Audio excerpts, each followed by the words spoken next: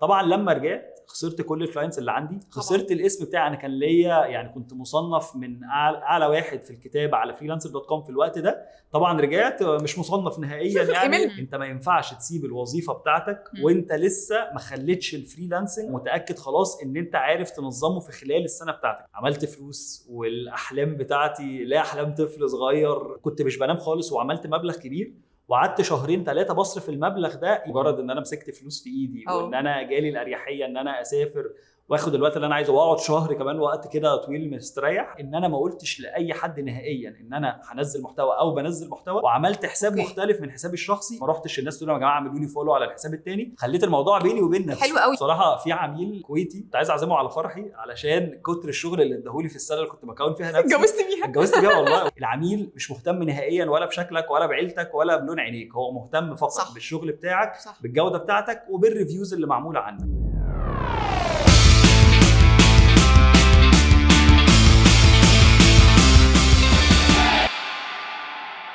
ازيك يا وائل؟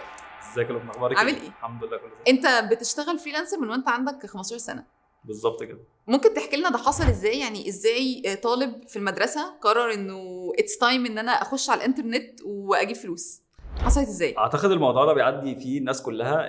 في السن ده انت بتبقى عايز تخرج مع اصحابك، تلبس لبس معين، المصروف مش عاجبني. هو المصروف عمره ما بيعجب اي حد. ده وكمان اللي اوحش من كده ان انا ما كنتش بعرف ادير فلوسي، فكنت دايما بخلص الفلوس في اول اسبوع في الشهر واقعد بقيه الشهر قاعد في البيت ببوس ايد ماما ان هي تزود لي اي حاجه ولا كده. فده اللي شجعني ان انا بدل ما ابدا يعني اقعد في البيت ما بعملش اي حاجه، ان انا الاقي طريقه معينه ان انا ابدا اعمل بيها فلوس. حلو. طبيعي زي اي حد عادي جدا فتحت جوجل وشفت ايه الطرق اللي موجوده ان انا اعمل فلوس في السن ده وفي الزمن ده. طبعا ما فيش اي طريقه انك تعمل فلوس الا في خلال انك تنزل وظيفه. طبعا سني ما كانش يسمح وما كانش في اونلاين بلاتفورمز للفريلانسنج خالص. انا كنت صراحه ما كنتش اعرف يعني فريلانسنج، وفي نفس الوقت ما كنتش لقيت، ما ظهرليش ابدا فكره الفريلانسنج دي نهائيا. بعد كده الحاجه اللي انا كنت بحب اعملها على جنب هي الكتابه. كنت دايما بحب اكتب كده بيني وبين نفسي قصص قصيره، ارتكلز مش عارف ايه. فده خلاني الف لفه طب ما استخدم الكتابه بتاعتي دي بان انا اعمل فلوس من خلالها. والموضوع ده كان بكل بساطه ان انا ادور على جريده موجوده اونلاين وابدا اشتغل فيها واخد فلوس على الشغل اللي انا بكتبه ده. حلو قوي. طبعا اشتغلت الحمد لله بعد ما قدمت على جرايد كتير جدا اونلاين وكلهم قالوا لي لا. واللي اشتغلت عليها كانت تقريبا جريده او جروب على الفيسبوك من الاخر لحد ما ربنا فتح عليهم وبقوا جريده، وكنتش باخد فلوس على الموضوع ده كله. وده بعديها خلاني احبط اكيد شويه طبعا. ولكن لقيت حاجه كده زي فورمز، دي حاجه انتهت دلوقتي، كانت موجوده زمان. كانت الناس بتبقى عايزه وظائف معينه عايزه حد يعملها لها فبتعرضها على الفورمز دي. شغل كده زي مواقع فريلانسنج، بس هو ما كانش موقع فريلانسنج، هو كان اي نوع شغلانه في اي حته في نفس الفورم. ما كانش محطوط في فريم ورك الفريلانسنج اصلا، كان معمول كأنه بلوج كده وفي ناس كاتبه كومنتات يا جماعه انا بدور على واحد مش عارف ايه. شغل كده تعبان. بس كنت برضو بقدم، والتقديم كان من خلال الايميل، ان انت لازم تعمل ايميل وتبعت له بقى رساله اهلا انا وائل سني كذا مش عارف ايه. طبعا بعت تقريبا 100 ايميل وكنت بترفض منهم كلهم او حتى مش بيردوا عليا. طبيعي يعني كاتب لهم ان انا 15 سنه ما حدش هيرد عليا، لحد ما ربنا فتح عليا وفي شخص واحد رد عليا كان فلبيني. يا عبد الصمد، يا عبد الصمد. بس الحمد لله اداني اول شغلانه اشتغلتها اونلاين. طب انت يعني عاده الفريلانسرز لما بيبقوا بيشتغلوا مثلا في مجال وبيشفتوا لمجال تاني فبيجي لهم لحظه الاستسلام، لحظه انه انا بعت 100 ايميل وما حدش رد عليا، اتس ا ديد اند. انت ساعتها ازاي عرفت انه اتس نوت ا ديد اند؟ لا هو بكل صراحه انا في كذا فتره في حياتي في العمل الحر ظهر لي حاجات احبطتني، ظهر لي كام حيطه وكام حفره خبطت فيهم وكنت بحبط، وكنت ساعات بسيب الشغل. يعني في فتره ممكن تلاقيني 2-3 سبت الموضوع خالص وقلت لا انا مش هكمل. بس كان اللي بيرجعني تاني فكره ان انا بلاقي نفسي في نفس الازمه تاني. هو انا في نص الشهر عايز المصروف، المصروف ما جاش. فهي ده بيرجعك ان انت مضطر تعمل حاجه تغير بيها حياتك. وفي الوقت اللي احنا فيه اعتقد الناس كلها وصلت لوقت او انا مضطر اعمل حاجه فعلا صح. ومفيش اي حاجه تشجعك اكتر من كده يعني. صح. حلو. فانت بعد كده اخدت الراجل الفلبيني اشتغل معاك وسلمته الارتكل وبعدين بدات في الفريلانسنج. الراجل ده مشيت ايه اللي حصل بعدها؟ الراجل ده اشتغلت معاه تقريبا لمده 3 أسابيع.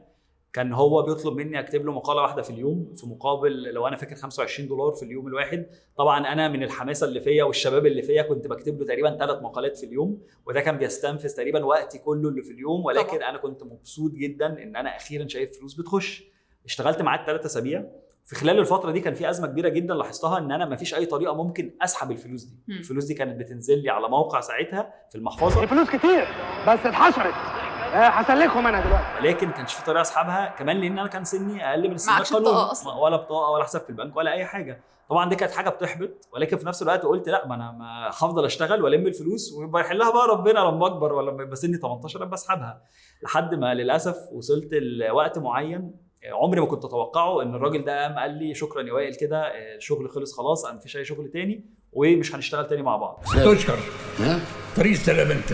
سلام. ومن هنا لما انا كنت فاكر ان انا خلاص حليت مشكلتي في الحياه، انت برنس، انت ملك، اغنى واحد في انت بتحلم العالم، بالرحله اللي في والظهر آخر السنة. بيلعب، وان انا خلاص طول حياتي هشتغل معاه وابقى مليونير، اكتشفت ان الموضوع مش سستينبل، ان هو الموضوع ممكن في اي وقت يقف، وحابه انا مضطر اعمل حاجه عشان ادور بقى على عميل تاني واجيب فلوس وكده. ايه الحاجه اللي عملتها بقى؟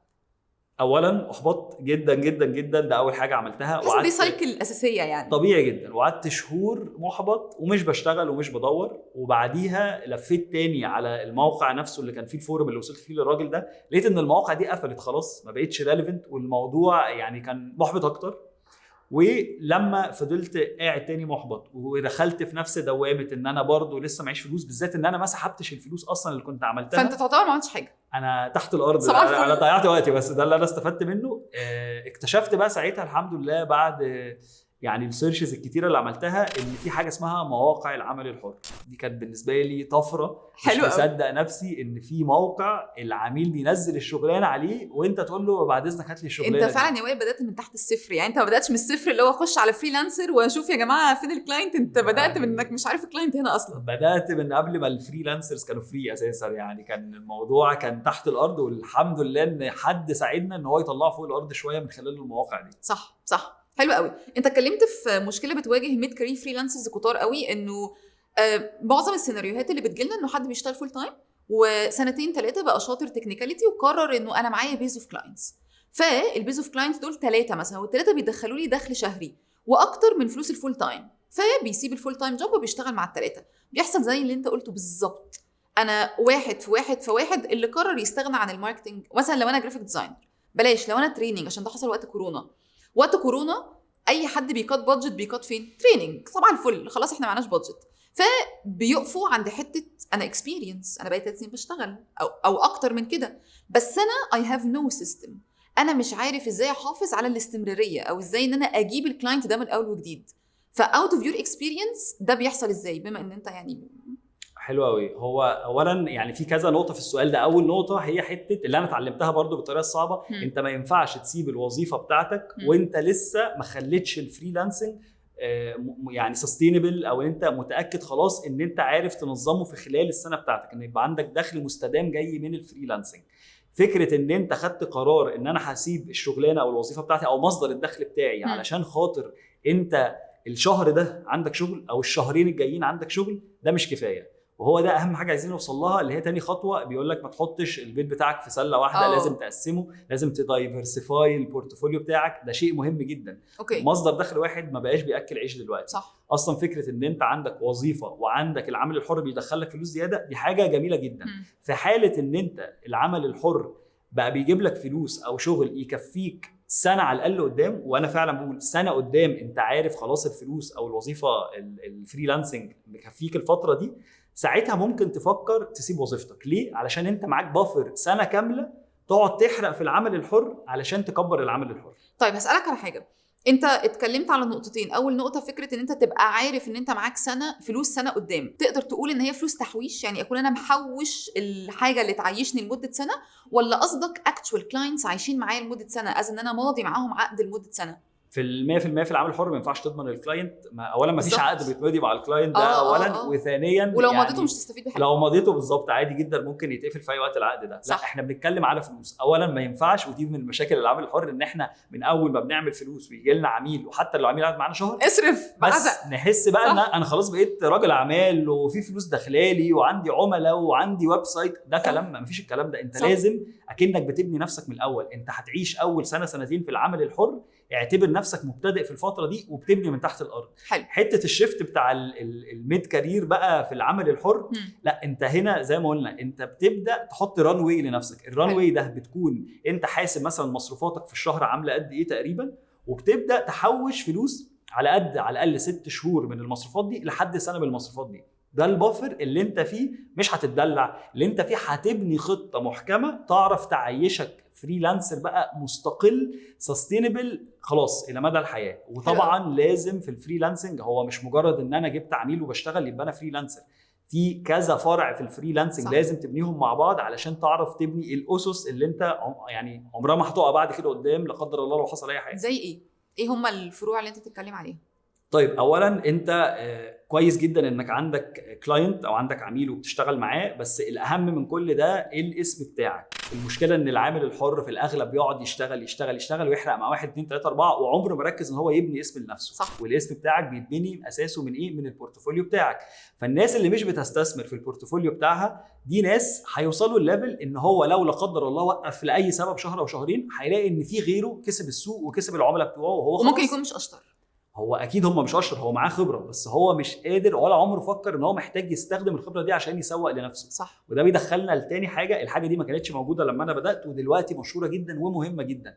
لو انت مش بتستغل السوشيال ميديا ان هي تبقى بتتكلم عن شغلك والايمج بتاعك في العمل الحر عمرك ما هتفلح. دلوقتي في كميه ناس بيعرفوا يبينوا شغلهم بس هم شغلهم مش حلو، وده اللي بيخليهم يجيبوا عملاء. انا مجرد ان انا بدات انزل محتوى تعليمي عن العمل الحر جالي عملاء من المحتوى التعليمي. صح. طب لو كنت صح. بنزل محتوى وبحط فيه شغلي فعلا كان جالي عملاء اكتر بكتير. صح. فده من البيلرز الاساسيه دلوقتي انك تعرف تبراند يور سيلف، انك تسوق لنفسك.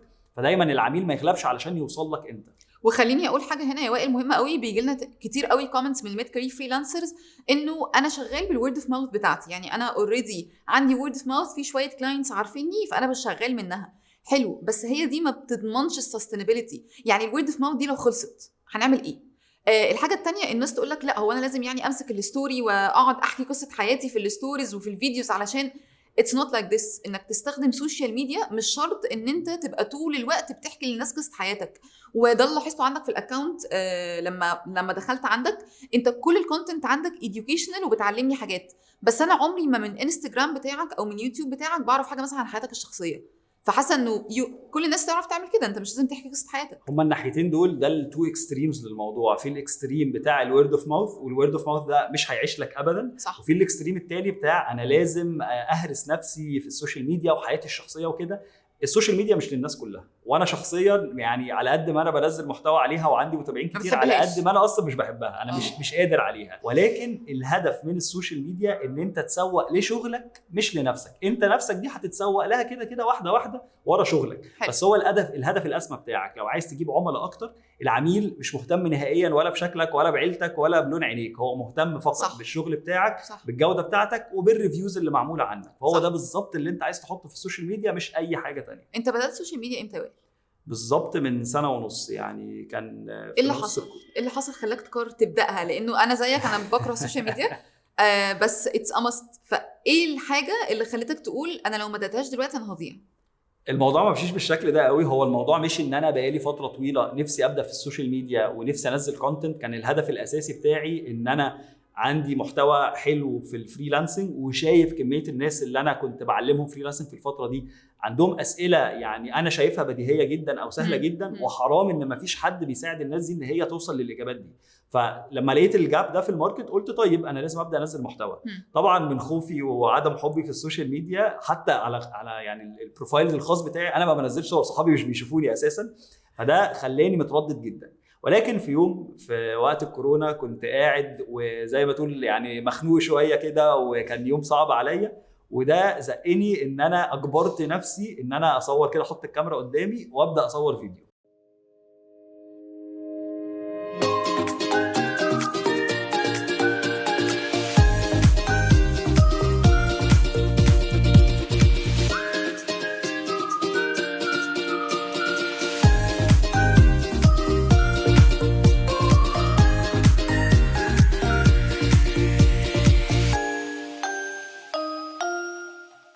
اليوم ده نزلت 9 فيديوهات ورا بعض على طول، كل فيديو كان دقيقه واحده بالظبط، وقلت خلاص اشوف اللي يحصل. اللي حصل الحاجات كسرت نزلت. الحاجز ازاي؟ يعني حاجز اني ما بحبش السوشيال ميديا، مش برتاح قدام الكاميرا، الحاجز ده اتكسر ازاي؟ لانه ميد كارير فريلانسرز كتار قوي بيمروا بالحته دي، انا مش قادر اكسر الحاجز ده. للاسف الحاجز ده ما يتكسرش غير لما انت هتدوس على نفسك. مم. ليه كمان؟ علشان انا مش كل حاجه لازم اعملها وانا مرتاح. هو ما فيش اي حاجه بتعملها وانت مرتاح وهتوصل بيها في حته. انت شكرا. الحاجات اللي عايز توصل فيها في حته لازم تحس ان انت مش مرتاح، تطلع بره الكومفورت زون. صح. اول ما تطلع هتوصل ولو حتى الحته صغيره. صح. بس طبعا الراحه مش حلوه. اللي انا وصلت له ان انا كان موبايلي عليه كميه فيديوهات انا مصورها بس ما نزلتهاش، فانا اصلا كنت متضايق من نفسي. طب الفيديوهات دي بتعمل ما ايه انا عندي؟ ضيعت وقت اهو. انا مصورها ومجهزها وعامل اديت عشان حد يشوفها. كنت طبعا عندنا الخوف والكسوف بتاع اهلي يقولوا ايه، صحابي يقولوا ايه، الناس هتتريق عليا يا ابني. صح. لحد النهارده بقالي سنتين بنزل محتوى، يعني اهلي واصحابي مش بيتفرجوا عليا اساسا، هو مش عارفين ان انا بنزل محتوى. واحده من الحاجات اللي خلتني اكسر قوي الموضوع ده ان انا ما قلتش لاي حد نهائيا ان انا هنزل محتوى او بنزل محتوى، وعملت حساب مختلف من حسابي الشخصي، وما سوقتش لحسابي على البيرسونال اكونت. ما رحتش الناس تقول يا جماعه اعملوا لي فولو على الحساب الثاني، خليت الموضوع بيني وبين نفسي. حلو قوي. فانت كده كسرت حاجز ان العين عليك، او اللي هو ايه، في certain expectations الناس حطاها عنك، فاللي هو ايه، يا ترى وائل هيعمل ايه. كده العين مش عليك، بس احساسك ان هي عليك. انا قدرت اكسر ده بان انا ما قلتش لاي حد خالص. ولحد النهارده في ناس صحابي ممكن يشوفوا الفيديو ده مش عارفين ان انا بنزل محتوى، مستغربين ان انا قاعد القعده دي، وعادي جدا. انا شخصيا يعني اخواتي واهلي عرفوا ان انا بنزل بعديها بشهر او شهرين تقريبا. والحاجه برضو اللي شدتني قوي ان انت لما تنزل اول فيديو ده انت هتلاقي ان بيجي لك مشاهدات وكومنتات، وفي ناس فعلا مهتمه، وانت اصلا انت بالنسبه لك انت ولا حاجه. ولو حتى الفيديو جاب 100 مشاهده، وده رقم يعتبر قليل جدا دلوقتي في زمن السوشيال ميديا، انت اكنك واقف في اوضه وقلت كلمه و100 واحد سمعك. صح. انت ده حاجه انت ما كنتش بتحلم بيها، انت كنت قاعد لوحدك في اوضتك محدش بيسمعك. فطبعا في حد دايما هيستفيد من المعلومه بتاعتك. عايزه اتكلم في كذا نقطه انت اتكلمت عليها، فخليني ابدا بالحته بتاعه احسب انا بصرف قد ايه في الشهر علشان اعرف احوش فلوس تخليني عارف اسيب الفول تايم جوب واعتمد على الفريلانسنج. انت من ضمن الحاجات اللي بتتكلم فيها على الاكونتس بتاعتك هي الحريه الماليه، معرفش انا كده بقول الاسم بتاعها صح ولا لا، ازاي الناس تستثمر فلوسها، الحاجات دي كلها. قول لي تيبس اند تريكس للفريلانسرز يخليهم عارف يحسب دخله الشهري، او عارف يحسب انا محتاج كام. بجانب ان انت اصلا بتعمل فلوس اونلاين وبتدخل فلوس، الحاجه الثانيه وهي اصلا اقوى بكتير قوي اللي خليك تعرف تعيش ماليا حر، هي اداره المال بتاعتك. اداره المال من اصعب الحاجات، والحاجه اللي بتفرق الشخص اللي بنسميه مليونير او غني عن الشخص العادي المتواضع. انت ممكن تلاقي ان الاثنين في خلال السنه بيعملوا نفس الدخل اجمالي، ولكن ده بيعرف يدير ماله كويس وده ما بيعرفش يدير ماله. صح. اداره المال مع العمل الحر هي فيها شقين، يعني في شق ان انت بتدير مالك، ان انت بتحسب هو انا ايه مصروفاتي الشهريه. المصروفات بتاعتك عادي جدا لو بتدفع ايجار، كهرباء، ميه، اكل، شرب، الانترنت بتاعك وهكذا. ومن الناحيه الثانيه في العمل الحر انت لازم بتعمل برضو زي جراف تاني كده بتتابع فيه مين العملاء بتوعي، الشغل بتاعي مكمل لحد امتى، وكام الفلوس بتاعتي في الشغلانه بتاعتي. فانا مهم جدا ابقى شايف قدامي الموضوع خريطه بالظبط. ولازم تعمل دي بقى اهم حاجه، تعمل فورمولا لنفسك كده. الفورمولا دي تعرف من خلالها هو انا لو النهارده عايز اجيب عميل جديد هجيبه ازاي وفي وقت قد ايه وهيدخل لي دخل قد ايه. الموضوع مش حظ والموضوع مش بركه، الموضوع فورمولا بارقام. عكس ما الناس بتقول تماما. يعني ناس كتير قوي بتقول انه لو في ميد كارير فريلانسر قاري يسيب الفول تايم جوب بتاعته ويروح يشتغل فريلانسر فول تايم، فانت حظك حلو، انت رزقك كويس، انت منطق عيالك. يعني من الدين حتى احنا عارفين مفيش حاجه اسمها حظ، هي كل حاجه اسعى. مكتوبه. بالظبط، الحاجه مكتوبه، لو انت بتسعى لها هتجيلك، لو انت بتدعي هتجيلك اسرع. الموضوع بسيط، بس ان انت تسعى هو ده بقى الفورمولا. انا شخصيا لقيت فورمولا لنفسي في المجال بتاعي. لو انا النهارده عايز اجيب عميل جديد ازاي هعرف اوصل للعميل ده؟ والاقوى من كده انت مع الوقت بتبدا تحسن الفورمولا. طب انا عايز اجيب عميل المره دي من الخليج عشان يديني فلوس اكتر، انا عايز اجيب عميل بره عن البلد دي واقرب للبلد دي، عميل يديني فلوس شهريه بدل ما يديني فلوس على الشغلانه وهكذا. لازم تقعد تظبط الفورمولا بتاعك علشان تعرف توصل للي انت عايزه. وده على قد ما الناس حاسه ان اللي هو العمل الحر موضوع عايم شويه، على قد ما هو سيستم قوي، سيستماتيك جدا. هو اصلا يعني انا شايفه ده جدا انه في سيستم اكتر من الفول تايم.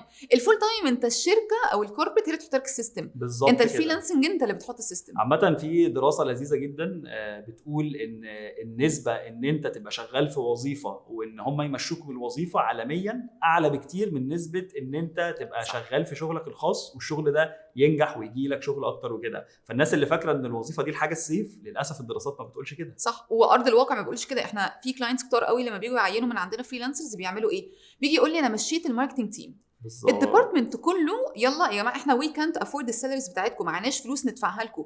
ويقول لي انا لما يجي لي بروجكت هعين الفريلانسر اللي اصلا هحط فلوسه في البروبوزل او في البادجت ويشتغل الشغلانه دي ومع السلامه. انا ولا هدفع تامينات ولا هدفع اي حاجه في الحياه ولا هدفع مرتب. خد الفلوس اللي انا اصلا واخدها من الكلاينت، انا حتى مش صارف عليك ولا مليم. ارخص الشركات ان هم ياوت سورسوا فريلانسرز عن ان هو يوظف صح. تيم كامل عنده، ودي طبعا حاجه حلوه لينا احنا كناس ده فريلانسرز، صباح الفل. بنفرح يعني. صح. طيب انت قلت انت عندك فورميلا، او خليني اقول ان هي السيستم بتاعك.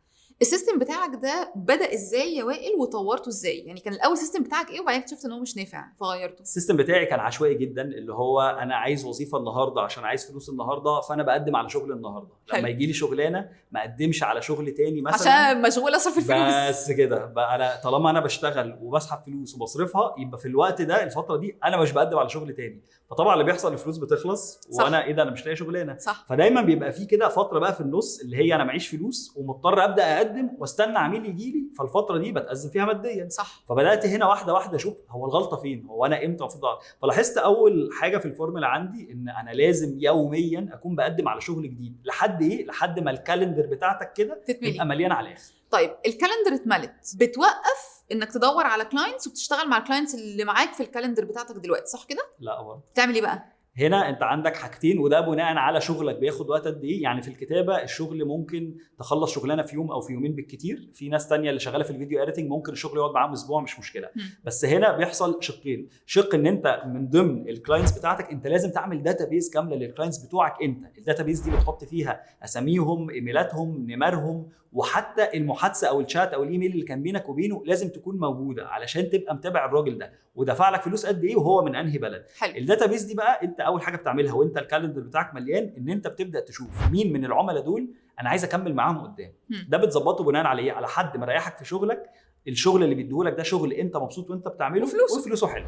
هم دول الثلاث حاجات هتسيستم عليهم، هتعلم على العملاء اللي انت عايز تكمل معاهم. حلو. والعملاء دول في خلال وانت بتقدم له الشغل هتقول له على فكره لو عندك شغل زياده انا فاضي لونج تيرم، انا ممكن اقعد معاك شهرين 3 4 بنشتغل مع بعض، هديك سعر احسن، هديك ديسكاونتس احسن، وهكذا. حلو. فبتبدا تحجز الشهور الجايه من العملاء دول من دلوقتي. ودلوقتي انت الشهور الجايه حجزت شويه منهم والباقي فاضي، ممكن تبدا تقدم على شغل تحطه في الشهر اللي بعد كده. بيجي يقول لك انا خايف الكلاينت يقول عليا اني بتنك، ما انت دلوقتي فولي بوكد.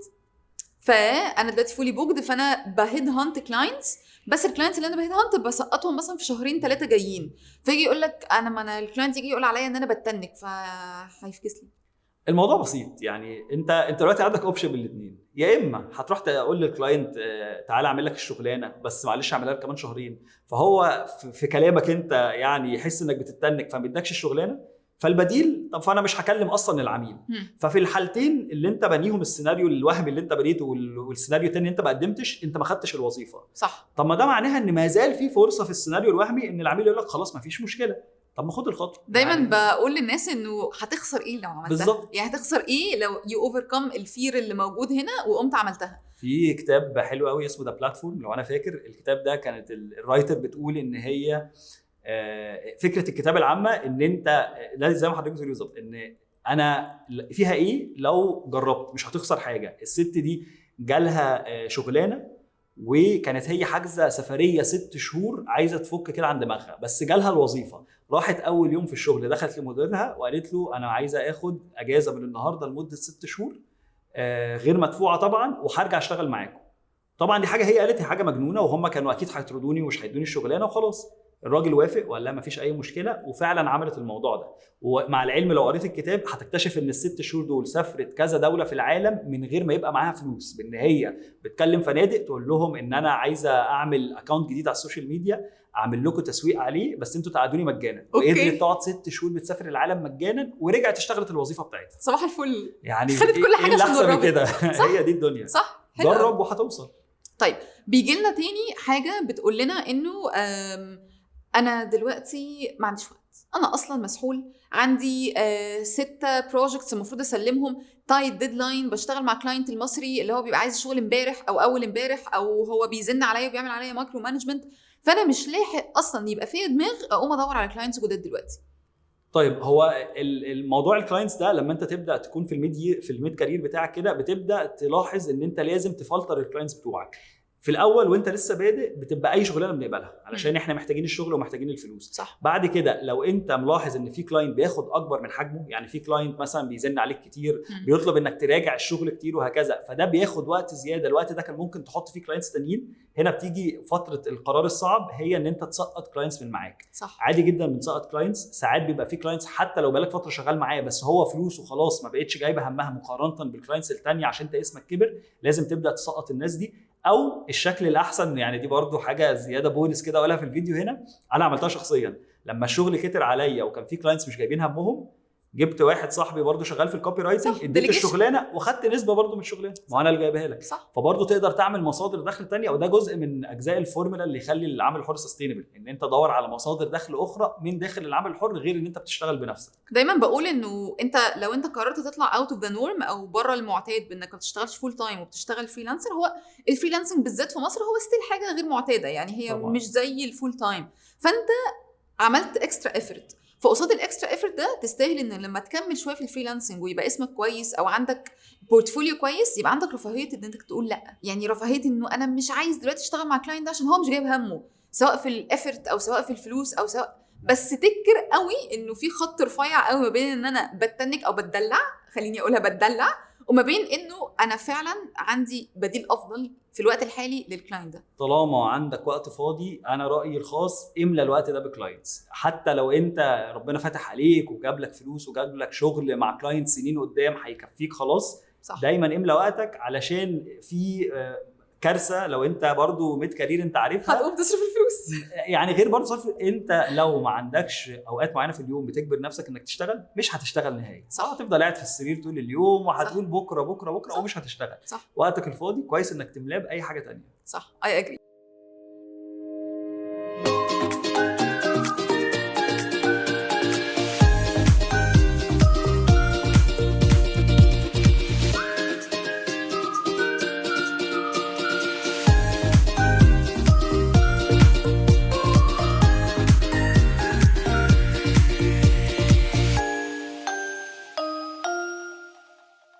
طيب احنا سوفر اتكلمنا عن انت بدأت ازاي، لما تقعد فتره ما عندكش كلاينتس، ايه السيستم اللي انت بتتبعه علشان تجيب الكلاينتس دول، فكره انه وقت فراغك لازم طول الوقت يبقى مملي، فكره كمان انه قبل ما تاخد قرار انك تسيب الفول تايم لازم تكون عامل واجب الماني مانجمنت بتاعتك علشان تبقى حاسب مصاريفك كويس. واتكلمنا كمان على الكلاينت ريتنشن وازاي ارجع الكلاينت تاني. الحته بقى اللي انا عايزه اتكلم فيها مع معرض الشغل اللي هو اللي في النص، ودي الحاجه الديل بريكر يا وائل اللي بتخلي ميد كارير فريلانسرز كتار قوي يقول لك شكرا بس على كده انا اروح اشتغل فول تايم بكرامتي، اقبض لي مرتب اقل بس انا قاعد مرتاح. ماشي. عايزه اكلمك على الميد كارير فريلانسر اللي عمل كل الواجب اللي انت قلته وحط السيستم وعمل الماني مانجمنت وايه بقت متعشاه وخد فلوس وقرر انه اتس تايم اني اخد اجازه. انا اتفحت 9 شهور ما بنامش، بشتغل في العيد والناس قاعده بتعيد تحت، فانا اخد شهر اجازه. يرجع بطه بلدي، فاهم؟ انا مش عارف انتوا كنتوا بتشتغلوها ازاي، وفعلا بيبقى في ستراجل كبير جدا اني اعرف ارجع اشتغل تاني. المشكله دي مشكله برضو ممكن نواجهها حتى لو انا مش شغال في العمل الحر، هي مجرد ان انا مسكت فلوس في ايدي وان انا جالي الاريحيه ان انا اسافر واخد الوقت اللي انا عايزه واقعد شهر كمان وقت كده طويل مستريح. كلنا بنواجه المشكله دي حتى لو في وظيفه. صح. هي المشكله يعني مش هقول حلها بسيط، هي حلها مش بسيط، هو دايما انك ترجع. حتى لما بناخد اجازه العيد في مصر اللي هي بتقفل 10 ايام أيوة. كده مع اواخر رمضان ما ببقاش قادر كلنا بنبقى مش طايقين نفسنا. صح. الحل هنا بسيط، ايه؟ ان انت اولا يعني مع ان انت معاك داتابيز العملاء بتوعك لازم تشوف مين العميل اللي خفيف، لازم دايما يبقى فيه عملاء خفاف، ولما ارجع واحده واحده، ارجع اشتغل ساعه في اليوم وهكذا. أوكي. هو انت اكيد ما صرفتش فلوسك كلها في الاجازه، فانت برضو ايه مش بتجري ورا الفلوس دلوقتي وانت راجع، فحاول ترجع واحده واحده. عجبني قوي الكلمه اللي انت بتقولها دي، لانه من ضمن المشاكل الكتيره اللي كانت بتجيلنا انا بقوم فجاه هوبك افتح الايميل الاقي 3 كلاينتس جاهزين، يلا خدهم هم ال3 فانا هنكت. هو الحاجه الاساسيه ودي برضو مش موجوده عندنا، حاجه اسمها الكلاينت سبورت، او يعني زي الكاستمر سبورت بس بنعمله للكلاينت. هو انت مسؤول ان انت تبعت لكل الكلاينتس بتوعك تقول لهم ان انت في اجازه، او ان انت هتاخد اجازه من الفتره دي للفتره دي. الموضوع ده ميزته حلوه فيه ان اولا لو في شغل في الفتره دي غالبا بيديهولك قبل الاجازه، فبتعمل فلوس اكتر في الوقت ده. صح. وفي نفس الوقت محدش خالص يكلمك في الوقت اللي انت موجود فيه. انت ممكن تديهم تقول لهم مثلا انا راجع الاسبوع الجاي، مع انك اصلا راجع الاسبوع ده، وتبدا في الاسبوع ده تاخد كلاينت او 2 كده تقول لهم انا رجعت بدري، وتبدا بيهم واحده واحده. اهم حاجه حلوه قوي التريك دي لازم، لا واهم حاجه غير العتبه من الاخر. ما تقعدش تشتغل في البيت، ما تقعدش تشتغل في نفس الكافيه اللي انت دايما متعود تقعد تشتغل فيه. غير الاسلوب بتاع الشغل بتاعك، غير المكان بتاعك، غير المشروب اللي انت بتشربه وانت بتشتغل. هتبدا تحس ان انت داخل في اكسبيرينس جديده خالص، فهتبدا تحسسك ان انت لا انا مش راجع للهم بقى والشغل ده، انا راجع لشغل جديد ودنيا جديده. واحده واحده العجله بتدور، ويبدا بقى زود الكلاينتس اللي قدام معاك تاني. حلو قوي. طب لما كنا بنتكلم انا وانت اوف كاميرا كنت بتقول ان انت بتسافر، يعني ساعات بتفحت نفسك شغل 24 ساعه وساعات بتسافر 24 ساعه. مريت مره بالحته بتاعه ان انت طبعا ده غالبا هيبقى في بداياتك شويه، مريت مره يا وائل فكره انه انا رجعت من الاجازه وخايف ما يجيليش كلاينت تاني ابدا؟ لو انا مش عامل السيستم، وانا في الاول الصراحه لما كنتش عامل السيستم بتاعي دي كانت مشكله كل مره. المشكله صح. دي خلتني ما اخدش اجازه اصلا اول 3 سنين ولا حاجه يعني. وده سؤالي اللي هيبقى التاني، البيرن اوت اوف فير، بس كمل. هو يعني اديك اكزامبل، انا في سنه دخلت الجيش، فقعدت سنه في الجيش، والجيش بتاعي كان مش بروح البيت، كنت بقعد هناك الوقت كله. اوكي. طبعا لما رجعت خسرت كل الكلاينتس اللي عندي، خسرت الاسم بتاعي. انا كان ليا يعني كنت مصنف من اعلى واحد في الكتابه على freelancer.com في الوقت ده. طبعا رجعت مش مصنف نهائيا يعني ايميل بلوك. يعني انا اصلا حسابي اتقفل عامه، بس يعني بجد حصل للاسف. بس أوكي. يعني وحسيت ان انا رجعت لاول نقطه خالص. الحمد لله يعني الحمد لله ان العلم نفسه كان موجود. هو انا بدات ازاي ممكن ابدا تاني؟ الحمد لله، ودي حاجه اساسيه، ان على قد ما انا كنت برضو شغال على المنصه، على قد ما كان معايا داتابيز للكلاينتس، فكنت حاططها حلو قوي، فقدرت اتواصل معاهم تاني واكسب شويه منهم تاني من الاول. حلو قوي. ولكن لما انت بتاخد اجازه عامه وبتقعد فتره مختفي، طالما انت شخص لسه اسمك مش كبير، فانا نصيحتي ما تاخدش الاجازه لحد ما تعرف تبني علاقه حلوه مع العملاء، او لحد ما تعرف تبني براند لنفسك، فالعملاء هم اللي بيجوا لك من فراغ. حلو قوي. هتقول لي يعني وائل ما اخدش اجازه اول كام سنه؟ ما تاخدش اجازه اول كام سنه. ما هو انت لو شغال في وظيفه وعايز تثبت نفسك وتترقى، انت محتاج تقعد تدوس على نفسك في البدايه. واعتقد يا وائل انت كمان مش قصدك الاجازه بتاعت انك تاخد اجازه جمعه وسبت ولا تاخد لك يومين، انت تقصد الاجازه الطويله، ما تروحش طبعاً. تاخد اجازه تختفي من الحياه شهر، شهر ونص، شهرين. طبعا اتس لا اوكي انك تاخد الجمعه اجازه يا سيدي، خد لك الثلاث اجازه لو مش بتاجز الجمعه، بس بلاش اللي هو اول مرتب رحت بيه الاجازه سافرت. بتاعت العمل الحر، بتاعت ان انا اروح جزيره وافصل ومعايا اللابتوب والطاقيه والكلام ده، دي اجازه ما بتشوفهاش الا متاخر في العمل الحر، وما صح. بتكونش شهر كمان. يعني علشان ايه؟ يعني بدل ما تاخد اجازه شهر، قسمها على السنه يا سيدي، اسبوع كل شويه ولا حاجه. صح. لحد ما ربنا يفتح عليك ان انت يبقى عندك البراح انك تعمل ده، وهتوصل لده لو بنيت اسمك. انا عاجبني قوي حاجه انت دايما بتقولها يا وائل، وحاسه ان دي من اكتر حاجه انا هطلع بيها من الانترفيو بتاعتك، داتابيز كلاينتس. يعني انت من الفريلانسرز القليلين قوي اللي قالوا لي فكره داتابيز الكلاينتس دي. احنا عندنا في الكالتشر، وانا كنت كده في الاول، ان انت طالما الشغلانه جات لك انجز واقلب على طول، مفيش يعني ما ده اللي بيحصل. احنا انا عايز الشغلانه، جت الشغلانه، وده في اي مجال عندنا في مصر مش في العمل الحر بس. هات بس الشغلانه، اعملها، هات الفلوس، الحمد لله قضيت. طالما الفلوس في ايدك انا مبسوط. وعشان كده نوصل لحته الصحراء، يعني عشان كده نوصل ان بعد الاجازه عندي صحراء، ما انا اصلا مش عارف والناس بتعمل ايه. لما سالت الفريلانسرز بتعملوا ايه في الوضع ده، نفتح واتساب ونقعد نسكرول بقى داون كده، وبعدين اشوف بقى الكلاينت يكلمني اخش اقول له صباح الخير.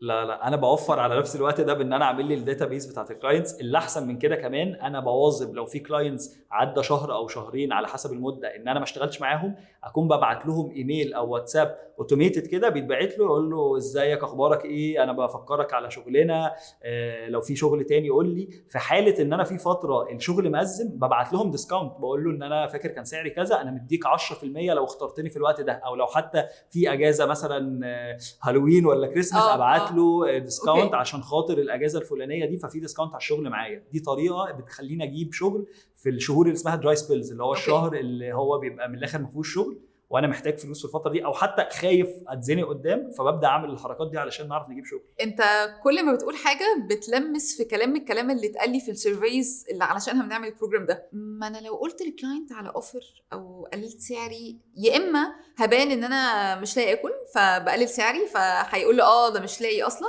يا اما هبقى بقلل من ما انا بنيت اسم وبنيت هيستوري، فلو لا معلش هو ده سعري يا تاخده يا لا. يعني خايف يسيب باد امبريشن.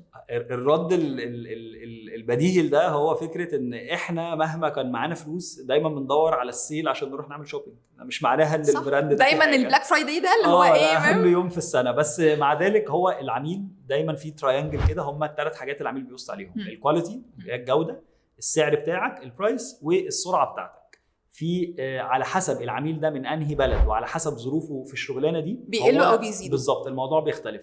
انا مثلا عارف ان الهنود العميل الهندي البرايس بالنسبه له اهم حاجه. طول ما انت بتقلل البرايس حتى لو الكواليتي وحشه هو ما عندوش اي مانع. انما العميل الخليجي البرايس ما بيفرقلوش نهائيا، اللي فارق له السرعه والجوده ميديوكر ما تفرقش معاه. الامريكاني او الكندي مثلا اللي هو الحد اللي بيتكلم اللغه الانجليزيه وانت شغال بالانجليزي معاه، ده فارق معاه الكواليتي قبل ما يفرق معاه اي حاجه ثانيه. فانت لازم تبقى راسم التراينجل ده عند كل عميل عندك، وفاهم كويس جدا هو العميل ده بيدور على انهي حاجه في الثلاثه. فانت بناء على كده بتبني التراينجل ده لكل عميل عندك، وبعد كده بتبدا لما انت تتعامل مع عميل معين او حتى مع مكان معين زي ما قلنا الهند كذا الخليج كذا، تبدا تشتغل بالاسلوب ده. لو انت بتشتغل مع عميل مثلا خليجي، يبقى خلي الشغلانه بتاعته تعملها في اول اليوم الصبح وتخلصها في ساعه واحده بس. انما الهندي مثلا طالما السعر قليل فخلي ان وقتها قليل، ما ياخدش من وقتك كتير او ما تراجعش الشغلانه عشان ما تضيعش وقت، وفي نفس الوقت هو هيكون مبسوط وهكذا. طيب يعني ده معناه انه الداتابيز والتريانجل بتاع الكواليتي السعر الفلوس هو اللي بيحدد لك كذا حاجه في حياتك في الفريلانسنج. اول حاجه انا هعمل ديسكاونت ولا لا، تاني حاجه انا هاخد اجازه ولا لا، تالت حاجه الاجازه تبقى طويله ولا لا، ورابع حاجه هو انا هرجع اكلم الشخص ده ولا هو بلاك ليست من عندي. بالظبط. اتس اوكي ان انا اعمل بلاك ليستنج لكلاينت 100%. اوكي. ياما عملت بلاك ليست لكلاينتس. هي البلاك ليستنج بيحصل بناء على كذا حاجه. اولا حته ان انت جالك كلاينتس كتيره فانت مش ملاحق عليهم، فانت دلوقتي مضطر زي ما قلنا اما الديليجيت تدي الشغل ده لحد تاني لو عندك، لو ما عندكش انت مضطر تختار ما بين الكلاينتس. للاسف بنتحط ساعات في الموقف ده قرار صعب ان انت بتقول لا لفلوس عامه، ولكن لازم تاخد بالك مين الكلاينت اللي انت مستعد تخسره. خلي بالك لما تقول لا لكلاينت في احتماليه كبيره انه ما يرجعلكش تاني. صح. فدايما اختار صح. مش لازم عشان الشغلانه دي فلوسها اقل يبقى هنقول لا لده. ممكن يكون ده فلوسه اقل بس بيديك شغل اكتر من واحد تاني، او بيديني استمراريه او بيحبك او بيديك بونس في اخر الشهر او ايا كان. فدايما اختار مين اللي هتقول له لا. ده بالنسبه لاول حاجه. تاني بلاك ليست بقى هو العميل اللي مش جايب همه. مش معناها فلوس، معناها معامله. نفس المعامله وحشه، نفسيا وحش. يعني صراحه كده من غير عنصريه، العميل الهندي هو علشان مش بيراجع وراك ومش فارق له الكواليتي، هو غالبا بيبقى وسيط بينك وبين عميل اخر. فهو عشان مش بيراجع فبيخليك انت تعيد الشغلانه 5-6 مرات عشان هو اصلا مش فاهم العميل عايز منه ايه. ما خدش بريف صح. بالظبط كده. ولا بيقرا البريف، هو بيبعته لك وشكرا. فللاسف العميل الهندي ده هو ليترلي ديليفري بالظبط، طيار يعني. فهو الراجل ده انت في فتره هتضطر تقول له لا عشان هو بياخد من وقتك ومن طاقتك النفسيه. صح. كتير قوي. صح. في عميل تاني زي ما كنت بحكي لك، هو العميل فضل يخليني اعيد نفس الشغلانه 20 مره، وفي الاخر قال لي انا مبسوط جدا ان انا بعلمك ازاي تكتب. بالنسبه لي دي اهانه اساسا، انا اتهنت يعني. فهو حتى بصراحه كانت فلوسه حلوه قوي. اللي هو انت ما عندكش مشكله انك تتعلم، بس حضرتك انا مش جايلكش تعلمني عشان عايز فلوس. انا مش شاري كورس منك حضرتك يعني. فهو كان تقريبا مبسوط انه بيديني فلوس وبيعلمني بالفلوس دي. فانا قلت الموضوع مش جايب همه الصراحه. فده كان بلاك ليستد حتى لو شغله كان حلو وفلوسه حلوه. للاسف يعني كان لازم اقطع مع الموضوع ده. حلو قوي. طيب احنا كده اتكلمنا على الاجازات واتكلمنا على الريسك مانجمنت اللي بتعملها لو قررت تاخد اجازه كبيره. تعال نتكلم بقى على الميد كارير فريلانسر اللي من كتر ما هو خايف يوقف لحسن فلو الكلاينتس يقف ما بياخدش اجازات، فبيوصل لمرحله بيرن اوت بتخليه يقول جمله غريبه جدا: انا هروح اشتغل فول تايم شويه عشان اريح. يعني ايه حله؟ ما هو اكيد هو نفسه ما يروحش يشتغل فول تايم، بس خليني اقول لك حاجتين بيتقالوا لنا دايما من الميد كارير فريلانسرز يا وائل. اول حاجه انا خايف اني اوقف فحصل لي بيرن اوت، انا ما عرفتش اوقف في الوقت الصح، فاي ونت تو ذا اكستريم، فانا حصل لي بيرن اوت لدرجه ان انا يا جماعه انا عايزه اروح اخد مرتبي كل اخر شهر واريح في بيتنا بعد الشغل. الحاجه الثانيه اللي بتحصل لنا اللي بتحصل للميد كارير فريلانسر انه انا خايف طول الوقت مش حاسس باطمئنان انه في فلو هيجي لي. اكيد at some point الكلاينت مش هيجي، فمحتاج ظهري يبقى فيها فول تايم جوب. طيب يعني اولا الشخص اللي شايف ان هو لو رجع للوظيفه هيبقى احسن له، ده شخص اتدلع قوي في العمل الحر، فبقى ناسي قد ايه الوظيفه حاجه قاسيه ومش حلوه. يعني مهما حصل فكره ان انت من الاخر كده، يعني دي برضو معلومه بونس في الفيديو، ان الحاجه اللي هتخليك في يوم من الايام ماليا حر هي ان انت تفهم كويس قوي ان طول ما وقتك مربوط بدخلك انت عمرك ما هتبقى غني. في حاجه اسمها الكوادرنتس اوف كاش فلو. الكوادرنتس ده متقسم لجزئين، في جزء رابط الوقت بالفلوس اللي هو انا بشتغل 8 ساعات في الوظيفه بتاعتي في الشركه، فعلى قد ال8 ساعات دي انا باخد المرتب بتاعي. حلو. مهما اشتغلت ساعات زياده مش هاخد زياده، هو مرتب ثابت، مفيش اوفر تايم، مفيش اي حاجه. مهما لو لا قدر الله صح. ما بطلت تشتغل الفلوس دي هتبطل، فانت صح. طول ما انت رابط الوقت مش هتوصل.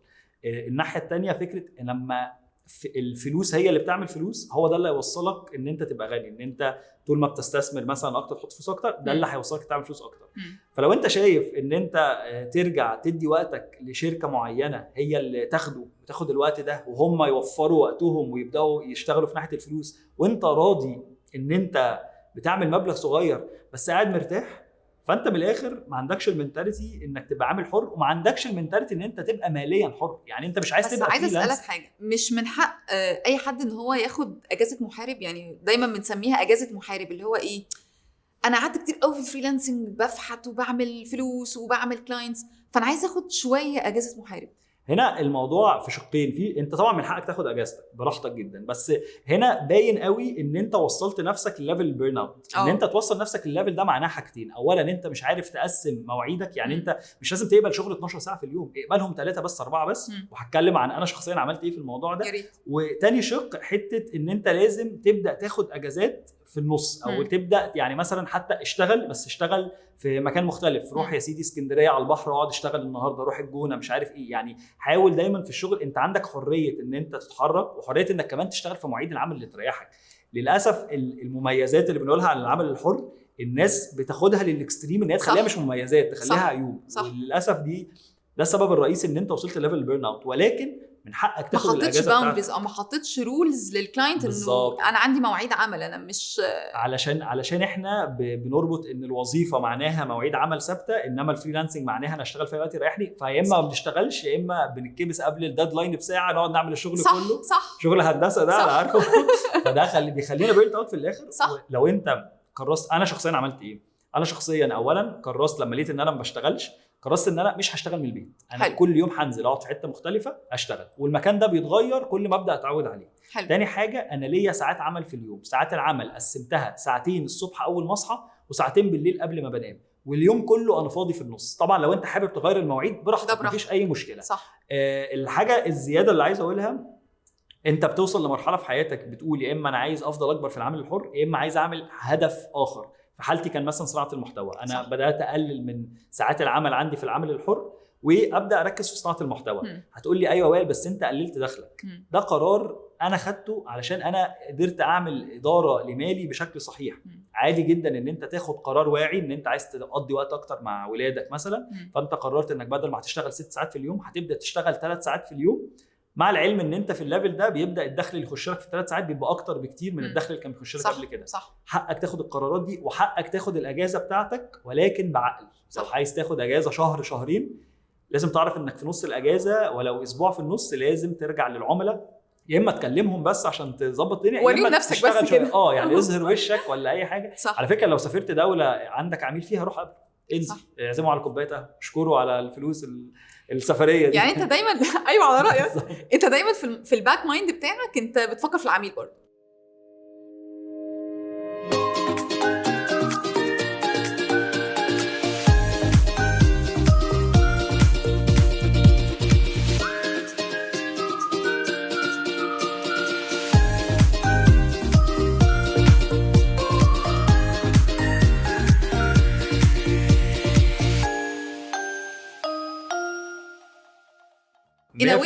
انا بصراحه في عميل كويتي كنت شغال معاه، كنت عايز اعزمه على فرحي علشان كتر الشغل اللي اداهولي في السنه اللي كنت بكون فيها نفسي.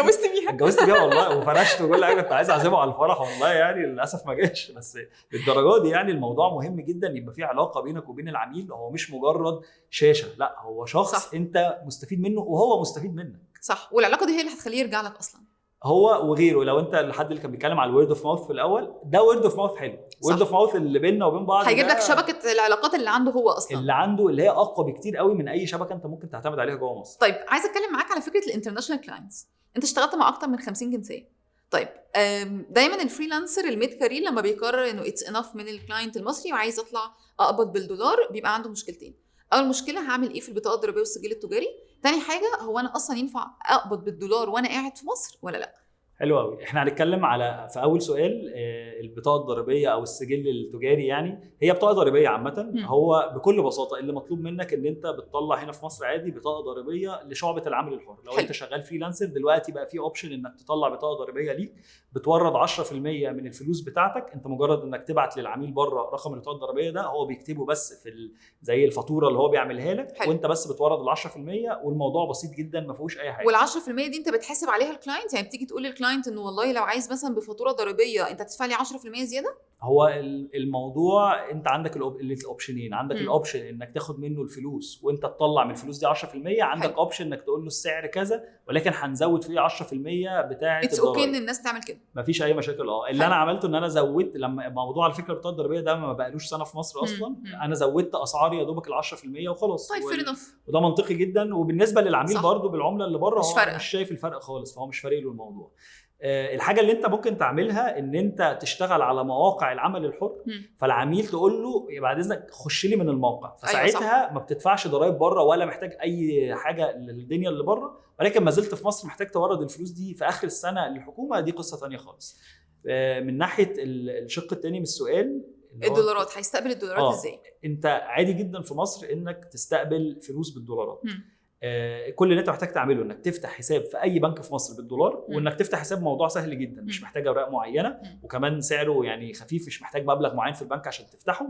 اللي بس المهم ان انت لو في دولار هيخش لك من بره جوه مصر، فساعتها لازم يكون معاك بطاقه ضريبيه بتثبت ايه نوع العمل اللي انت بتعمله. يعني الاثنين ملنكين مع بعض اصلا في الاول والاخر. يعني لو انت عايش في مصر، في الاول والاخر البطاقه الضريبيه هي الحل الامثل. وال10% صدقني مهما كان رقم كبير، انت الحمد لله ربنا فتح عليك برقم اكبر. فيعني ايه، خد بالك ان احنا هنا كمان بنتكلم الميد كارير فريلانسرز، احنا مش بنتكلم البيجنرز بالظبط. فانت كميد كارير انت عندك بيز اوف كلاينتس اصلا موجودين دلوقتي، تقدر انك تعتمد عليهم. تعرف تزود وظيفه واحده زياده في الكالندر بتاعتك في خلال الشهر تجيب لك ال10% دي. صح. فلما تورد ال10% تكون بتعمل نفس السنه نفس المبلغ سنويا. طب هل اتعرضت في موقف انه ال10% دي بتزيد او بتقل على حسب الدخل بتاعك السنوي، ولا دي حقيقي دي معلومه مش حقيقيه؟ يعني في ناس مثلا بتقول انه لو انت دخلك في الشهر عدى رقم معين فانت الضريبه اللي بتدفعها بتبقى 15%.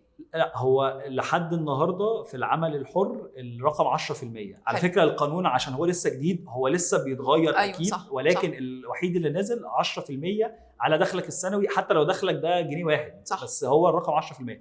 هيتغير وهيبقى فيه فئات الله اعلم، يعني ربنا ييسر بقى الدنيا. اوكي. طيب موضوع الدولارات، ناس كتير بتقول لك انه ما ينفعش دلوقتي اصلا افتح حساب بالدولار، فتصرف ازاي؟ معلومه غير صحيحه.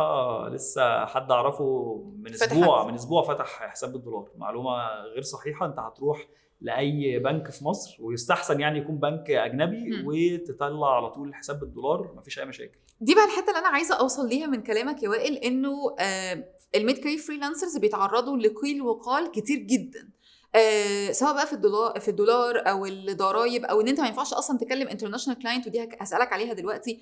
بس الحقيقه انه ارض الواقع ابسط من كده بكتير، وده بان اهو من كلامك دلوقتي. هي اكبر مشكله عندنا الكلام اللي بيطلع ومحدش عارف السورس بتاعه ايه. أيوة. والناس بتصدقه لدرجه ان هي ما بتبداش. انا دايما عندي مقوله بقولها لاي حد بياخد الكورس معايا او كده، انه ما تقعدش تفكر وتشيل هم الفلوس وهسحبها ازاي وهوردها ازاي. هاتها الاول. يعني اصلا دي الحته السهله. الحته الصعبه هتاخد منك شهور شغل وتعب. اتعبهم بعديها تقول اصل الناس بقى بتفكر يعني اتعب وفي الاخر ما اعرفش اسحبها. لا يا عم هتسحبها، واحنا بنسحبها، بس في طرق عادي طبيعيه جدا نسحبها. هاتهم بس وانا هساعدك. يا عم انا هديهم لك من فلوسي وعمال اسحبهم لك، سهله يعني. صح. طيب الانترناشونال كلاينتس دايما يجي يقول لك اصل انا لو طلعت اقعد اشتغل على ابورك وفريلانسر والمواقع الاجنبيه الهنود هياكلوني، مش هعرف اكمبيت مع المنافسه. المنافسه عاليه، مش هنهزر يعني في الموضوع. الصراحه المنافسه عاليه، ولكن كل موقع في العمل الحر انا بعد ما اشتغلت عليهم كلهم اكتشفت ان كل موقع ليه فئه بتاعته. بمعنى ان freelancer.com اكتر موقع عليه شغل واكتر موقع عليه منافسه ليه؟ علشان الهنود كتار قوي فيه، ولكن احسن موقع للمبتدئين في وجهه نظري هو freelancer.com. ليه؟ علشان في عملاء كتير مستعدين يدفعوا مبالغ قليله ومستعدين يشغلوا حد لسه جديد صح. علشان هو مش عايز يدفع كتير. فهي ميزه وعيب. upwork.com هو اشهر موقع على فكره في العالم، اكتر موقع يعني اقدم موقع واشهر واحد في العالم. الموقع ده معروف عليه ان الفلوس اللي بتعملها من خلاله اكتر من اي موقع تاني. ليه؟ علشان العملاء اتقل بكتير. حلو. فده انا موقع ما انصحش حد يخشه الا وهو معاه بورتفوليو حلو هيعرف ينافس بيه فعلا، عشان هتلاقي المنافسه عاليه، مش مجرد ان في عدد كبير من الناس دي كمان معاها بورتفوليوز تقيله شويه. فانت ابدا الاول ابني بورتفوليو على اي موقع خفيف وخش على التقيل بعد كده. حلو قوي. طيب انا دلوقتي عملت بورتفوليو تقيل ودخلت ولقيت الناس بتطلب ارقام، انا لما بطلب نفس الرقم البورتفوليو بتاعي ما بيتبصش عليه اصلا. 100%. ودي الطريقه اللي انا بدات فيها في العمل الحر كمبتدئ. طبعا هنخش على الميد كارير، بس كمبتدئ ان انا كنت بحرق السعر، بالذات بحرقه اكتر من الهنود. حد هيقول لي الموضوع يا نهار ابيض ده انت يعني الموضوع ما كانش جايب همه. كنت ممكن اعمل شغلانه اخد عليها $1، ولكن مع ذلك انا ببني البورتفوليو بتاعي مع عملاء، مش اي شغل وخلاص. صح. فالموضوع ده خلاني ان انا بسرعه جدا اعرف اجيب كذا شغلانه واجيب ريفيوز حلوه على الموقع، فالبروفايل بتاعي يبدا يظهر، فابدا اعلي سعري واحده بواحده. فده خلاني اسبق الناس كلها. انما انت في الميد كارير انت مفروض اوريدي عندك بورتفوليو، عشان انت اوريدي اشتغلت شويه. لو انت حاسس ان البورتفوليو بتاعك محتاج يتظبط، هو ده الاساس. ادي لنفسك شغلانه. الموضوع ده بنصحه لاي حد، ما تتكسفش انك تدي لنفسك شغلانه وتعملها وتحطها في البورتفوليو. في البورتفوليو انت مش لازم تقول ان في عميل اداني الشغلانه. أيوة دي صح. المهم شغلك يبان. كل ما تستثمر اكتر في البورتفوليو بتاعك، وكل ما تستثمر اكتر في الحساب بتاعك على موقع العمل الحر ايا كان بتستخدمه، كل ما العميل هيختارك. واهم حاجه هي يعني انا عندي بروسس، هي البروسس دي هي اللي نرجع للسيستم دايما بنرجع يعني للسيستم البروسس ده. يعني انا عمال اطلع بجد حاجات جواهر كده. حط نفسك مكان العميل بيشوفك ازاي. اول حاجه العميل بيشوفها فيك هي البروبوزل او الطلب اللي انت كاتبه له للشغلانه بتاعتك. صح. ده معناها ايه؟ معناها لو انت اصلا مفيش عميل بيخش على البروفايل او مفيش عميل شاف البورتفوليو، يبقى انت اصلا من اول خطوه الطلب انت كاتبه غلط. شوف ازاي تكتب طلب صح، اتعلم، استثمر، خد كورس ازاي اكتب بروبوزل، حاجه مهمه جدا. وابدا جرب انواع بروبوزلز مختلفه علشان تشوف ايه اللي بيشتغل. انا عملت ده. بعد ما العميل شاف البروبوزل، اول حاجه هيعملها ايه؟ هيخش على الاكونت بتاعك على البروفايل. يبقى تاني خطوه نظبط شكل البروفايل شكله يبقى حلو. احنا عندنا مشكله في مصر في البروفايل، نحط صوره غير احترافيه او كرتون. ما بنحطش صوره اصلا، مش عايز وشي يبان. مش فاهم يعني، حاجات كده بتخلي العميل طبعا يبص على الحساب يقول لا انا مش هشتغل مع الشخص ده. منطقي. البروفايل عشوائي، فظبط شكل البروفايل. لو الراجل حب البروفايل هيخش على البورتفوليو اللي في الحساب بتاعك، وده طبعا اهم حاجه عند العامل الحر، الفاترينا بتاعتك. طبعا ظبط البورتفوليو بتاعك. لما العميل يعدي في الخطوات دي، اخر حاجه بيبعت لك رساله. الا انت وشطارتك انك تعرف ان الرساله دي تجيب الشغلانه بيها. بس كده. طيب وائل، انا من الناس اللي كانت الاول متابعاك على انستجرام وكميد كارير فريلانسر، اكتر كونتنت انت بتحطه على انستجرام بالنسبه لي ملفت كلمه اتس فاينانشلي فري. فكره انك بتتكلم عن الحريه الماليه او الاستثمار. بس كان دايما بيبقى عندي مشكله في كونتنت الاستثمار شويه، انه بقى عندي الاويرنس وبقيت عارفه يعني ايه كلمه حريه ماليه، اهميتها. فبقيت عارفه انه I'm aware of المشكله. انا عارفه ان المشكله ان معانا فلوس مش عارفين نستثمرها فين. الهاو تو بقى، ايوه تمام، يعني المفروض استثمر، اعمل ايه؟ حلو قوي. طبعا خلينا نتفق ان الاستثمار في ظل الظروف العاديه بتاعه العالم بتبقى في شكل معين، بس في ظل اللي بيحصل دلوقتي في العالم، في ازمه اقتصاديه عالميه مالهاش علاقه بمصر بس، ده بتخلي ان اوبشنز استثمارك اقل، ولازم انت تبقى مركز فيها اكتر. ولكن انت معكش دلوقتي شويه فلوس. لو انت شخص مش متعلم اي حاجه عن الاستثمار ومش متعلم اي حاجه عن الفلوس، يعني في فرق انك بتعرف تعمل فلوس، في فرق انت فاهم الفلوس بتشتغل ازاي. اول استثمار وكليشيه قوي اللي انا هقوله، انك تستثمر في نفسك. عمرك ما تسترخص او تقول مش مستاهله ان انا استثمر في نفسي. الاستثمار في النفس هيجي بشكلين. اول شكل ان انت كعامل حر لازم تستثمر في نفسك من ناحيه تاخد شهادات تزود من شأنك في المجال بتاعك، تشوف ايه اللي جديد في المجال بتاعك، مثلا سوفت وير جديد نزل او هاردوير جديد تستخدمه وهكذا. الاستثمار الثاني في نفسك انك تبدا تستثمر، انك تاخد كورسات استثمار. هو يعني ايه اصلا استثمار؟ النظام البنكي بيشتغل ازاي، الضرائب بتشتغل ازاي وهكذا، فتبدا تفهم كل طرق الاستثمار. ده اول شق ان انت يعني انت لسه في الحته بتاعت الاويرنس. يعني لو احنا بنتفرج على كونتنت اونلاين بيقول لنا ازاي استثمر فلوسي، it's not enough. انا ستيل محتاج ان انا اذاكر الموضوع بشكل ديب اكتر. بصراحه عن تجربه شخصيه مفيش كونتنت موجود اونلاين بيفهمك الاستثمار بالشكل الصحيح اللي حلو. فعليا بيشتغل في البلد. مم. كله بيبقى كونتنت مثلا حط فلوسك في الاسهم، اشتري ذهب، بس ده جنرال يعني اويرنس كمعلومه مثلا الفلوس في الذهب ده مش نوع استثمار، صح. ده نوع مجرد حفاظ على حفاظ. القيمه، صح. ولكن انا مش بستثمر، عملت فلوس زياده. فاحنا اصلا هي في فرق من التوعيه ان انا بقيت واعي ان لو انا معايا فلوس المفروض استثمرها ككونسبت، ولكن في فرق ان انا فاهم هو طب يعني ايه استثمار. حلو قوي. ولكن الهاو تو في حاله ان انت شخص مقرر ان انا مش عايز احرق وقت كتير في تشغيل فلوسي واحطها فين واعمل بيها ايه، عندك اوبشن لذيذ جدا وهو صناديق الاستثمار. صناديق الاستثمار دي حاجه جميله جدا في سوق الاسهم. بدل ما انت بتحط فلوسك في سهم معين ولو السهم ده خسر انت تخسر معاه، لو كسب تكسب معاه، ده بيبقى صندوق فيه كذا سهم محطوطين مع بعض، حلو. وليكن 50 سهم او 100 سهم على حسب انهي صندوق انت حاطط فيه. في صناديق برضو بتبقى عباره عن شركه جايبين ناس محترفه بتستثمر في الاسهم، فانت بتديهم فلوسك من خلال الصندوق وهم بيستثمروها لك. حلو قوي. بيبقى الفكره كلها ان لو مثلا من ال 100 سهم اللي في الصندوق ده 30 خسروا بس 70 كسبوا، فالاجمالي بتاع الصندوق بيكسب. اي نعم المكاسب مش زي ان انت اشتريت السهم بنفسك، ولكن اجمالي انت بتكسب فلوسك. حلو. فكره صندوق الاستثمار بتبقى فكره التقاعد بتاعتك، ان انت بيقول لك لو انت النهارده حطيت فلوسك في الصندوق كمان 40 سنه جيت بقى تسحب الفلوس دي، بتلاقي ان الفلوس دي اتضربت في ارقام خياليه جدا. بس ممكن اخسر في الصندوق نسبه الخساره قليله جدا جدا، شبه معدومه. يعني مثلا كمثال بسيط S&P 500 اللي هو اشهر صندوق في العالم وفي امريكا، عمره ما خسر في التاريخ الا بس في حاله الازمه الاقتصاديه لما البورصه وقعت، غير كده عمره ما خسر.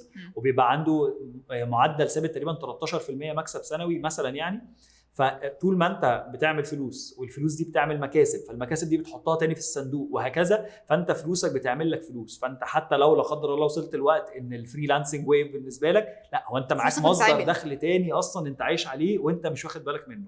فده نوع من الاستثمار اللي انت مش محتاج تبذل فيه مجهود. حلو قوي. الاستثمار الاخر اللي هو اسمه دلوقتي المسمى الجديد، هو كان عقارات بس المسمى الجديد بتاعه Airbnb موديل. انا سمعت المسمى ده بس الصراحه ما تعمقتش فيه، فايه القصه بقى؟ هو فكرته بكل بساطه ان انت بتاخد عقار، عشان تعالى نبدا بفلوس قليله. العقار ده طبعا انت هتدفع للاسف مقدم عشان معكش فلوس تجيبه كاش وهتبدا تقسطه، ولكن الفكره ان انت بتستلم العقار ده على طول وبتاجره على Airbnb بدل ما بتاجره بالشكل المعترف بيه في مصر. يعني ميزه Airbnb طبعا ان هو اولا بيبقى اغلى من التاجير العادي وبيبقى بالدولار، فانت بتقدر من الدخل اللي بيخش لك في الشهر من الموضوع ده تدفع الاقساط اللي عليك وكمان تحوش فلوس زياده. الفلوس الزياده دي بنشتري بيها عقار اخر وبنفضل نكبر البورتفوليو بتاع العقارات، فبتلاقي نفسك ان في خلال 5 سنين كذا عقار بيدخل لي فلوس. بالظبط. والفلوس دي بعد ما دفعت خلاص الاقساط بتاع كل العقارات ده بقى مصدر دخل في جيبك شغال، مش محتاج حتى تشتغل فريلانسر. يعني انت ممكن خلاص بقى كده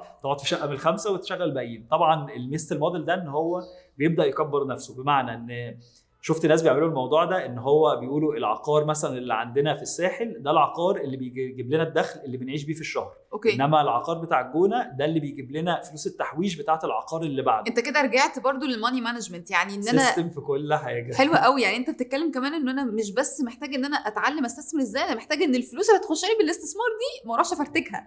فانا محتاج اتعلم بقى ماني مانجمنت. فالاثنين بستثمر في نفسي اللي هي اول مرحله اللي انت قلت عليها اصلا. الحريه الماليه احنا بنبني فلوس مش تكفيك انت ومراتك وعيالك، تكفي اجيال قدام من اسم العيله بتاعتك. فطبعا انك تعمل داتابيز برضه للعقارات وكل عقار صح. رايح فين تاني سيستم، هو ده الهدف. سيستم لازم ده. انا حاسه ان الكونفرزيشن دي محتاجه ما تخلص، بس احنا وي نيد ان احنا نخلصها للأسف. بس دي كانت من امتع الانترفيوز اللي عملتها.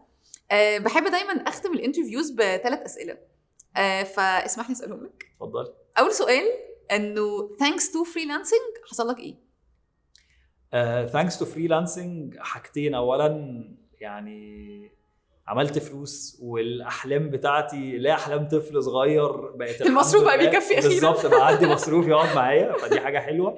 والحاجه الثانيه ان هي دخلتني وفتحت لي مجال ان ابدا اتعلم اصلا يعني ايه فلوس والحريه الماليه، وكمان وصلتني الحمد لله لان انا قادر اساعد ناس غيري بالعلم اللي ربنا اداهولي ده. يعني حلو قوي. طيب ما تغلطش غلطتي، لو هتكمل الجمله دي هتقول ايه؟ هي غلطه اعتقد كلنا عدينا فيها وبنعدي فيها في العمل الحر بالذات، وهي غلطه ما تصرفش كل الفلوس اللي بتجيلك وما توقفش شغل اول ما تمسك فلوس. اغنيه تامر حسني دي ما بنغش بيها، دي بنسمعها بس. وهي الاغنيه دي مودينا في داهيه. انا فاكر جدا الفتره اللي انا عملت كنت مش بنام خالص وعملت مبلغ كبير وقعدت شهرين 3 بصرف المبلغ ده يوميا، بصرف فلوس بالهبل ومش بشتغل لحد ما رجعت تاني لاول صفر. اقل من الصفر، والله تحت الصفر كمان. وساعتها طبعا كنت لسه بتكتشف السيستم، فانا مش عارف هقوم تاني ما ازاي. كانش في سيستم عندي ولا اي حاجه، وكنت لسه صغير في السن، وعارفه وصلت الليفل اكنك مدمنه مثلا. أيوة. فضيعتي اللي تبان خلاص مش لاقي حاجه تستخدميها، فحتى اوحش من الاول. انت حتى مش متشجعه تشتغلي عشان انت حاسه انا خلاص كبرت على الشغل. صح، إن أنت يعني انا كان معايا فلوس، انا كنت بالظبط. مليونير. والله يرحم بقى.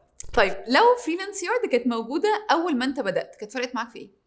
اكيد اكيد اكيد فكره ان في حد يعرف يقول لي القصه بتاعته والمطبات، ويقول لي عن المشاكل اللي هو عدى فيها، فان هو يقصر المده بتاعتي. يعني انا بقول اول 5 سنين حتى لو كنت بعمل فلوس، انا لسه بقيت تجربة. فريلانسر بدايه من 5 سنين، ان حد يقصر لي المشوار ده لوقت اقل بكتير. يعني انا شخصيا شفت ناس الحمد لله كانوا بيتعلموا من خلالي، فقدروا يعملوا فلوس من اول اسبوع ليهم، ودي حاجه انا عمري ما كنت احلم بيها وانا بدات شغل اصلا. صح. ففريلانس يارد لو هي كانت موجوده من ساعتها وانا متابع المحتوى ده، وفي ناس بتقول لي التجارب دي، كان زماني قدرت ابدا من بدري، وكمان قدرت ابني السيستمز بتاعتي من بدري، فكنت حوشت فلوس اكتر، وكان زماني دلوقتي في حته احسن من اللي انا فيها. ثانك يو جدا يا وائل، يعني دي كانت انترفيو رائعه، وعمري ما عرفت اختم البرنامج. عمري ما بعرف اختم، فاهم؟ والله ثانك يو، وانا اختم لك البرنامج. ما اتفضل. تنسوش تعملوا فولو لفريلانس يارد، أيوة، تصدق صح. سبسكرايب ولايك وزر الجرس وفولو لوائل السلوكي. 7 حلقات ما كنتش بعمل كده.